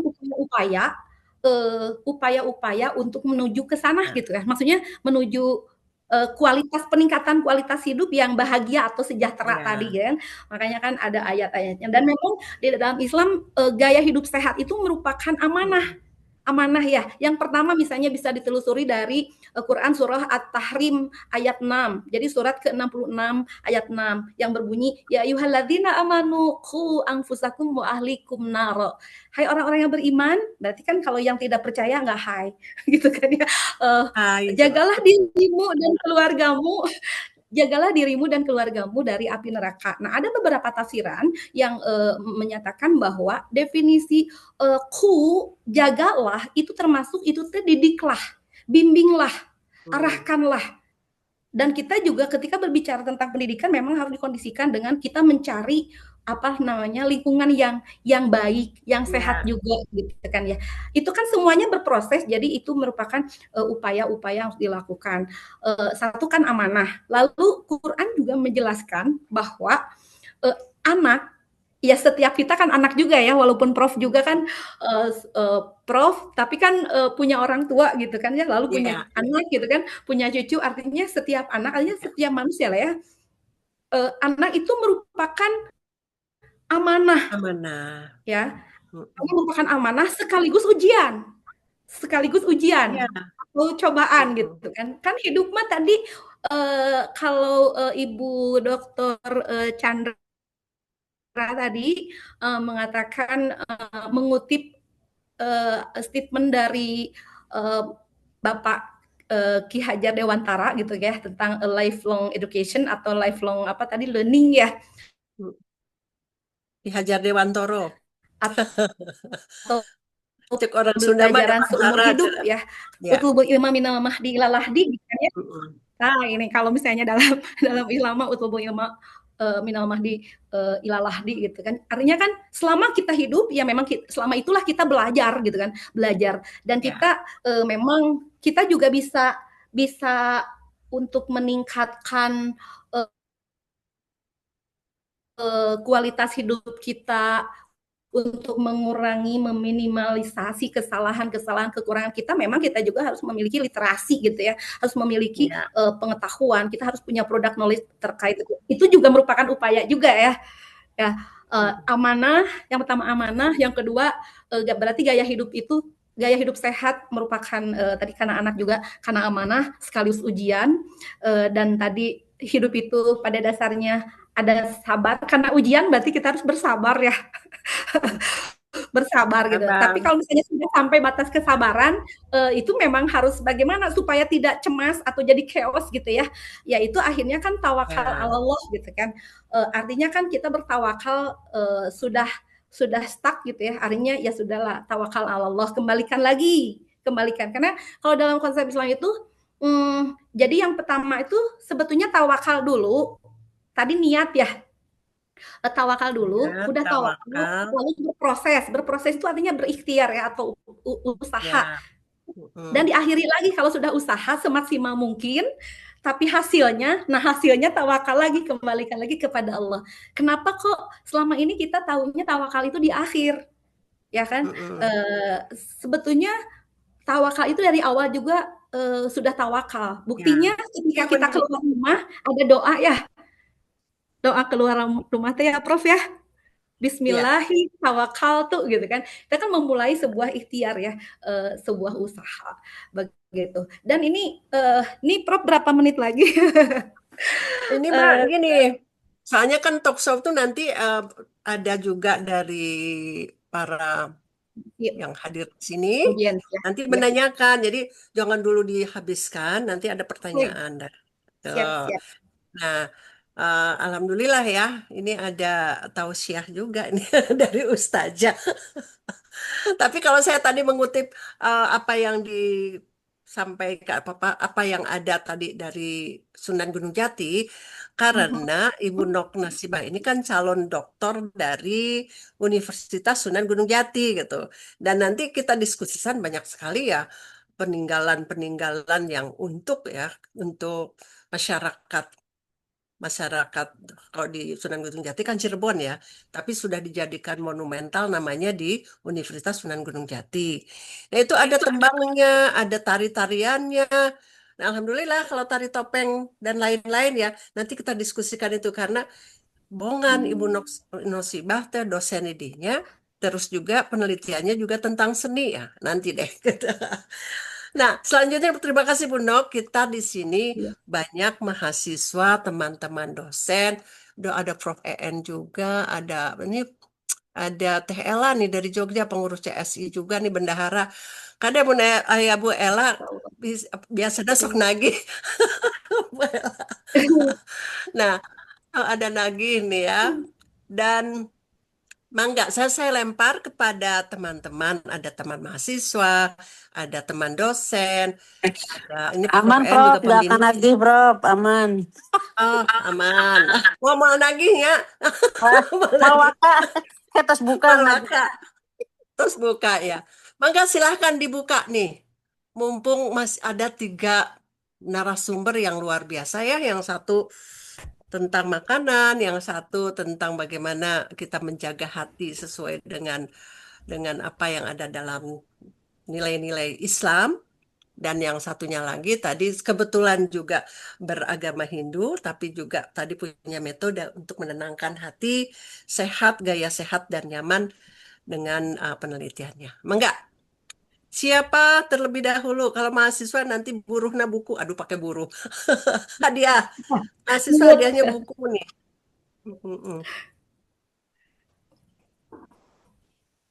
Ayo, mahasiswa. Mahasiswa dulu deh.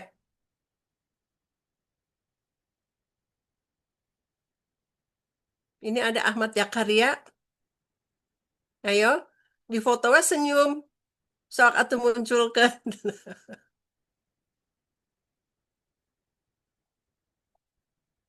Ada nggak mahasiswa? Nggak jadi nih buku. Nggak sambil mikir-mikir mungkin ya Ada mahasiswa apa Jasmine itu, pertanyaan. Oh Yasmin, Prof, sok ada mangga atuh. Jasmine. Ya, mangga sok Yasmin. Assalamualaikum warahmatullahi wabarakatuh. Mau ini Waalaikumsalam. Mana wajahnya nih? Yang keras. gelap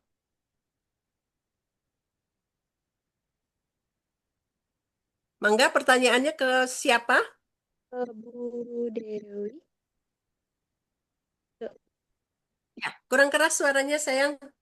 Nah, Mau izin tanya ke Ibu Dewi Turgarini iya. atau Yang keras, volumenya ditambah.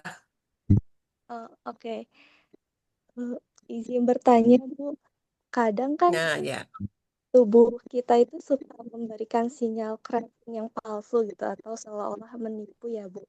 Nah, misalnya rasanya ingin makan banyak sekali karena sedang banyak pikiran. Padahal mungkin aslinya tuh tubuh hanya sedang kehausan aja atau sekadar butuh jalan-jalan atau kayak menghidup udara segar, kayak melihat pemandangan. Nah, bagaimana ya Bu caranya yang bijak untuk mengelola dorongan stress eating ini supaya pelarian dari kondisi mental yang sedang lelah tidak selalu berujung pada makanan yang berlebihan. Iya, baik. Ya, Terima langsung kasih. dijawab, mangga. Bisa hilap. Ya, Mangga. Terima kasih Nang Yasmin ya atas pertanyaannya. Ini bagaimana dengan apa sinyal yang eh, dirasakan gitu, merasa lapar padahal mungkin sebetulnya tubuh tidak merasakan itu karena ada namanya emotional eating ya. Emotional eating itu Ya, adalah salah satu cara untuk mensiasati apa dengan makan itu menimbulkan efek bahagia gitu ya. Nah, gitu. Nah, yang paling penting adalah memang Anda tadi kalaupun Anda sedang merasakan kondisi seperti itu ya, pilihan ada pilihan makanannya gitu ya. Eh, Kalau misalnya emotional eating dalam kondisi stres, Anda memilih ingin makan, eh, yang Anda pilih adalah makanan pedas dengan level 10 itu akan apa menjadi bumerang untuk tubuh Anda gitu. Tapi kalau Anda sedang merasa ingin ngemil gitu, lagi pengen makan gitu ya, malam-malam tengah malam gitu, biasanya nah seperti itu. itu. Nah, pilihan makan yang Anda ambil itu sebaiknya ya dipilih yang safe. Ya seperti yang disampaikan, pilihannya bisa buah yang bukan karbohidrat ya. Karena kalau misalnya karbohidrat itu misalnya nasi itu akan ada dampak terhadap apa? Terhadap menumpuknya gula gitu ya di dalam nasi itu akan ada gula gitu ya. Dan itu akan menimbun di tubuh Anda. Kalau protein itu masih bisa ya. Protein masih bisa, buah masih bisa, sayur masih bisa itu Anda konsumsi dan juga harus diingat bahwa tubuh kita itu juga apa ya kalau kalau protein itu kan efeknya ke otot ya ke otot ke syaraf itu masih bisa Anda misalnya ngemil apa Ayam, dada ayam gitu ya di grill masih bisa tuh gitu ya tapi kalau misalnya eh, pilihannya adalah karbohidrat itu akan terutama nasi ya itu akan bisa berefek kepada obesitas gitu ya. Dan kemudian juga kalau lebih wise lagi, lebih bijak lagi kalau Anda memilih buah-buahan yang Anda siapkan sebagai stok makanan sehat di rumah Anda gitu ya. Saya juga terus terang dalam kondisi yang sekarang masih ada keinginan seperti itu, tapi ya itu kita harus lebih bijak terhadap kebutuhan tubuh kita gitu ya. Sarannya adalah mengemilnya ganti dengan makanan-makanan yang berserat atau protein atau juga tadi buah-buahan. Gitu ya Neng Yasmin ya. Dan yang paling penting adalah Anda harus mengenali kondisi emosi Anda sendiri ya. Kan level emosi itu eh, harus clear. Saya ini sedang marah gitu kan. Saya sedang mm-mm. marah, kemudian atau saya sedang sedih, saya sedang kondisi misalnya yang memang eh, kemungkinan juga kalau terlalu gembira jadi lapar biasanya karena itu membutuhkan energi yang besar gitu ya. Nah, itu pilihan-pilihan makanan pada saat Anda mengalami emosi itu Anda harus bisa lebih bijaksana. Memang ini proses yang apa pengelolaan manajemen emosi yang perlu Ya, Anda kuasai ya dalam masa perkuliahan ini gitu ya supaya Anda juga tidak mencari output memilih makanan yang tidak tepat untuk kebutuhan Anda sehari-hari. Begitu. ya. Cukup, Neng. Ini kebetulan ada mahasiswa manajemen nih. Jadi book manajemen itu kita bisa memanage berbagai-bagai, tapi kadang paling susah untuk memanage diri sendiri ya. Apalagi musim ya bukber akhirnya buka bersama di mana-mana tah. Iya. Ya, makasih Bu Dewi. Selanjutnya mangga siapa? Masih mahasiswa satu lagi nanti baru dosen.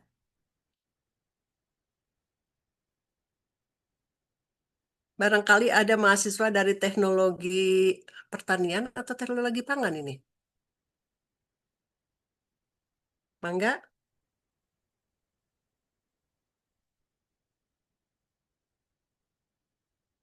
Nah, ini untuk bertanya aja malu-malu ya.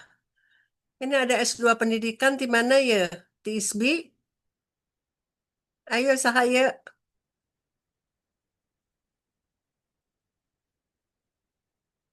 Mana tadi teh?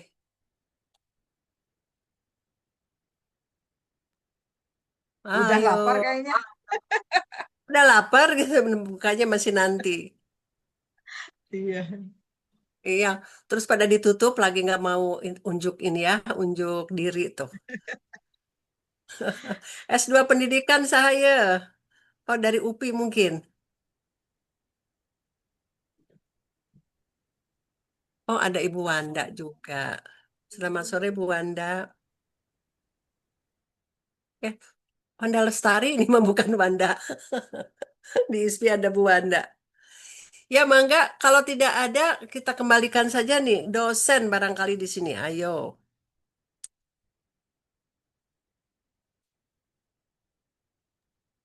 Mangga itu ada Prof. EN. Ah, Prof. Mangga. Barangkali ada mau ini. Itu Bu Ustazah juga. Mangga, Prof. EN. Mangga baik. Assalamualaikum warahmatullahi wabarakatuh. Waalaikumsalam. Terima kasih atas kesempatannya. Aduh, ditembak ya. Sebetulnya apa yang tadi disampaikan sangat luar biasa ya dari semua para narasumber ini sangat sangat apa bermanfaat bagi kita ya karena kadang-kadang seringkali kita lalai terhadap memanage diri sendiri, lalai terhadap makanan yang sehat gitu dan juga tadi mengenai olahraga gitu ya. Kita itu sering lalai terlena dengan apa dengan kesibukan yang Hmm, ya yang kita buat sendiri gitu eta kan tah, ya. eta. Tapi tentu saja Ya. eh, ketika para narasumber ini menyampaikan, mudah-mudahan ini bisa menyadarkan kita bahwa kita itu penting memperhatikan diri sendiri gitu. Penting banget kadang-kadang kita tidak sadar bahwa tubuh kita itu membutuhkan istirahat, membutuhkan olahraga, membutuhkan makanan yang sehat dan tentu dilengkapi yang terutama tadi ya mengenai bagaimana kita tentang kespiritualan kita ya, bagaimana kita tentang kepercayaan, keyakinan kepada Tuhan Yang Maha Esa, tentang kita harus bersyukur, kita harus tadi ada dua ya, bersyukur dan apa Bu Nok Bersabar. tadi Bersabar. bersabar, Sabar dan ikhlas, syukur. bersyukur gitu ya. Sabar. Dan itu memang sangat penting ketika kita tidak bisa mengendalikan hal semacam itu, tentu itu akan menjadi pusing sendiri, akan menjadi menghadirkan penyakit atau akan memunculkan penyakit. Jadi saya kira ini pertemuan yang sangat penting. Terima kasih kepada ibu-ibu hebat ya yang sudah memberikan wawasannya kepada kita semua dan semoga ini kita yang mendengarkan gitu kan ya, kita siap untuk menyadarkan diri kita bahwa Betul, tubuh betul. kita membutuhkan semua itu. Terima kasih. Assalamualaikum warahmatullahi wabarakatuh. Ya. Terima kasih, Prof. EN. Ini juga Ustazah, Prof. EN. Enggak, enggak lah. Efek suaminya. Kalau suaminya Ustadz kan pasti ngepek gitu ke sebelahnya ya. Eh, Ustazah yang koboi gitu. iya, Koboi iya, yang paling betul. ustazah cenah. Ada Prof. Mulim. Nilu. Prof. Nilu barangkali tadi mau menambahkan ya mengenai makna ibadah dengan sesajen yang bermacam-macam yang akhirnya membuat kita sehat jasmani rohani. Masih ada Prof. Nilu? Atau sudah ini? Sudah keluar? Nah, oh sudah nggak ada, Prof. Sepertinya Oh, sudah nggak ada. menyiapkan berbuka juga. Atau Oh, dia saja. rajin banget. Menyiapkan Makanya saja. saya suka minta, tolong dong difoto-fotokan itu ininya benten apa sih? Kalau bahasa ininya bahasa Balinya yang secara intonasi bisiwe yang ke benten. Benten atau benten? Banten, Bu Prof. Banten. Enten. Banten Banten. loh kan. Di kita mah Banten teh Iya. eta kota di cakep gitu. Lagi Banten. Benten. Benten, Banten ya, Benten udah beda lagi tuh tiga. Ya, ada lagi dari yang lain. Ini mahasiswa pada Pada kemana? Pada keluar juga nih. Efek puasa, Ibu. Ayo, Efek puasa juga. ayo. Ya. Mau puasa, lapar ya.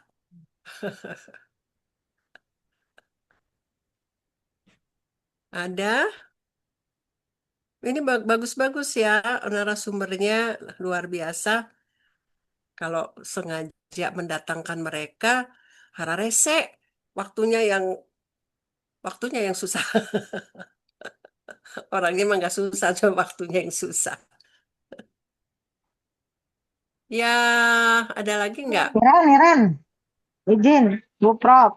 Oh, mangga, mangga.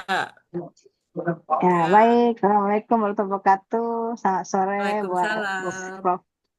Prof Endang dan Bu Prof EN dan semua Bapak Ibu para narasumber juga. Ini terkait masalah makanan ya. Tapi saya bingung nanya ke siapa nih. Mohon bantuannya Prof Ya. Endang ini dilemparkan ke siapa gitu pertanyaan yang Bu tepat Dewi, ya untuk nanti ada Bu dijawab. Dewi. Oke, Bu Dewi.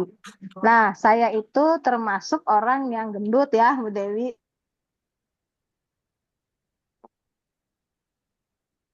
Ya, lanjut.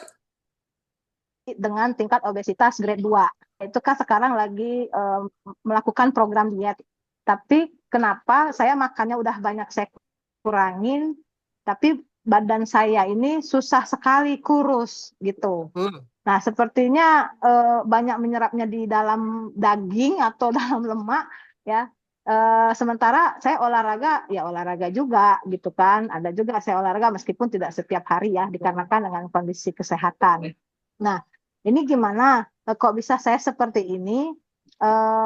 Pola makanan sudah banyak dikurangin, sayur banyak lebih dikonsumsi, nasi semakin sedikit, tapi kok berat badan saya kok tidak susah untuk turunnya gitu, tidak cepat lah gitu. Ada orang yang cepat ya, ini kok saya susah apa? Ini karena pengaruh hati juga ya. Ini bagaimana? Bu Prof, mohon apa ya sesi sharing ilmunya lah gitu. Terima kasih. Assalamualaikum warahmatullahi wabarakatuh. Waalaikumsalam. Nah, Bu Dewi, ini Waalaikumsalam. Iren Iya. ini dosen dari Widyatama. Tapi memang dia senangnya ngajak makan melulu gitu. Kapan kita Ajakin makan, saya dong. kapan kita makan. Nah, itu. Nah, mangga dijawab Iya, oleh Bu. iya mangga. Mm-mm. Baik, Bu Iren. Jadi Iren atau Airin? Oke, Iren. jadi memang Iren pada aja. dasarnya Iren aja. Iren, Nah, ya Bu Iren. Jadi sepertinya memang Anda perlu kalau sudah melakukan berbagai ikhtiar tapi merasa belum berhasil, sepertinya Anda perlu berkoordinasi dengan ahli gizi untuk terkait tes DNA dulu, Bu Iren ya, karena tes DNA. jenis DNA ya. Ya, jadi memang ada karena banyak sekali yang tidak berhasil itu karena memang ada eh, DNA itu akan menentukan sebetulnya Anda yang memang harus dihindari itu apa gitu ya. Jadi tidak sama setiap orang karena DNA kita berbeda-beda gitu. Itu yang mungkin perlu dilakukan. Itu bisa bisa dilakukan dengan konsultasi dengan ahli gizi dulu dan kemudian ada tes DNA untuk memastikan sebenarnya Anda yang membuat Anda bisa lebih apa ya istilahnya penyerapannya kok baik sekali gitu ya. Penyerapan kok baik sekali ya istilahnya. Kok minum air aja kok saya tetap gemuk misalnya gitu ya. Nah itu yang nanti perlu dilakukan karena sepertinya yang belum Anda lakukan adalah tes DNA gitu. Seperti itu Bu Iren ya.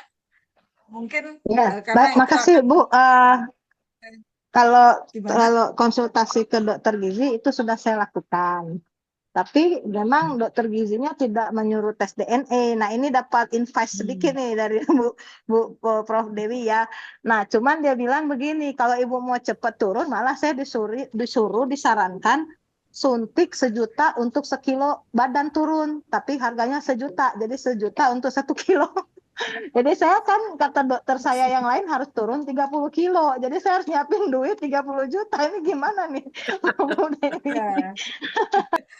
Dan itu tidak menjamin Udah itu menjamin. efek yoyo nantinya Bu Iren ya. Jadi kalaupun Anda menggunakan suntik yang secara kimiawi begitu, itu akan hanya berhasil pada waktu tertentu. Nanti akan kembali lagi. Tapi kalau Anda sudah melakukan tes DNA, kemudian sudah jelas mana makanan yang tepat untuk Anda dan makanan yang tidak tepat untuk Anda, itu akan lebih lebih jelas gitu ya. Karena belum tentu yang kayak saya, misalnya saya eh, baru 2 minggu ya. Baru 2 minggu saya tidak mengkonsumsi beras gitu ya. Saya ganti dengan beras porang gitu. Ini udah turun 3 kilo.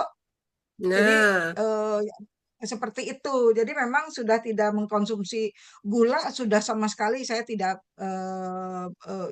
jelas apa, mengkonsumsi gula itu memang sudah sebaiknya tidak gitu karena dalam jenis makanan kita ya. juga sudah mengandung gula gitu ya. Nah, ini yang gula dan paling besar adalah mengganti beras gluten dengan umbi-umbian gitu ya.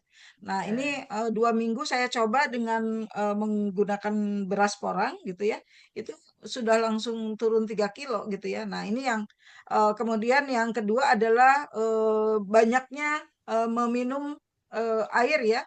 Jadi 2 liter dalam sehari itu memang harus gitu. Kalau minum air 2 liter dalam dalam eh, yang sudah dilakukan oleh saya sendiri itu sekitar 2 bulan, 3 bulan itu turunnya sampai 10 kiloan gitu ya.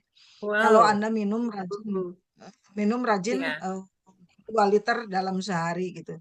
Itu yang bisa dilakukan, tapi kalau saran saya sih lebih baik tes DNA karena supaya Anda paham tentang DNA tubuh Anda sendiri, kemudian juga paham jenis makanan apa yang memang bisa dikonsumsi atau tidak gitu ya. Karena kalau seperti saya ya disarankan ya tidak mengkonsumsi daging merah dan juga apa daging merah dan juga ikan gitu ya. Lebih kalau Hmm. misalnya padahal saya suka makan daging gitu ya. Nah, itu seperti Ya, itu ya, ya. belum tentu baik buat tubuh kita gitu. Itu Ya, contohnya. Ya, ya, mudah-mudahan bisa berhasil ya, semangat. ya. Makasih Bu Nah, Prof ya. Dewi. Terima kasih tuh. Nah, ini saya sendiri mau nanya nih. Saya dari sejak kecil nggak bisa minum susu tambahan ya, jadi susu ibu. Sampai sekarang saya nggak minum susu. Katanya dulu kalau diberi susu apapun pasti muntah. Jadi kasihan ya dulu tuh kalau ditinggal-tinggal tuh cuma dikasih tajin atau apa ini apa air kacang hijau. Nah, itu satu. Sampai sekarang saya nggak minum susu. Yang kedua nih, kan tadi nggak boleh gula pasir. Ada saya kadang-kadang, tapi kadang-kadang. Aduh, itu minum teh pakai gula tuh kan nikmat banget, tapi sekali-sekali ya, satu. Yang kedua saya masak, selalu pakai gula pasir dikit gitu. Nggak masalah atau masalah masih? Ya, ada untuk seusia saya masih junior dari Prof. Endang ya. Jadi memang kebutuhan kita untuk konsumsi gula itu sudah 1 sendok makan sudah cukup, 1 sendok makan aja sudah cukup untuk konsumsi 1 hari.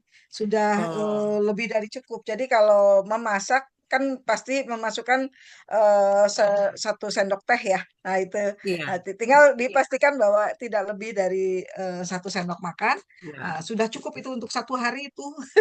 iya. Dan itu Lebih baik diganti kalau dengan masak kan untuk banyak orang, rasanya nggak sedap. iya, Tapi saya nggak pernah pakai pecin, nggak pernah pakai itu salam lajak iya. sereh dari tuwe gitu.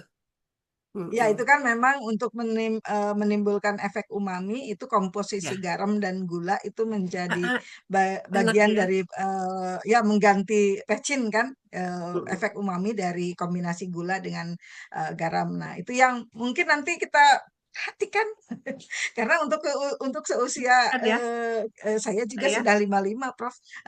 Jadi memang Oh, untuk garam, gula memang sudah mulai diperhatikan gitu ya. Kita iya.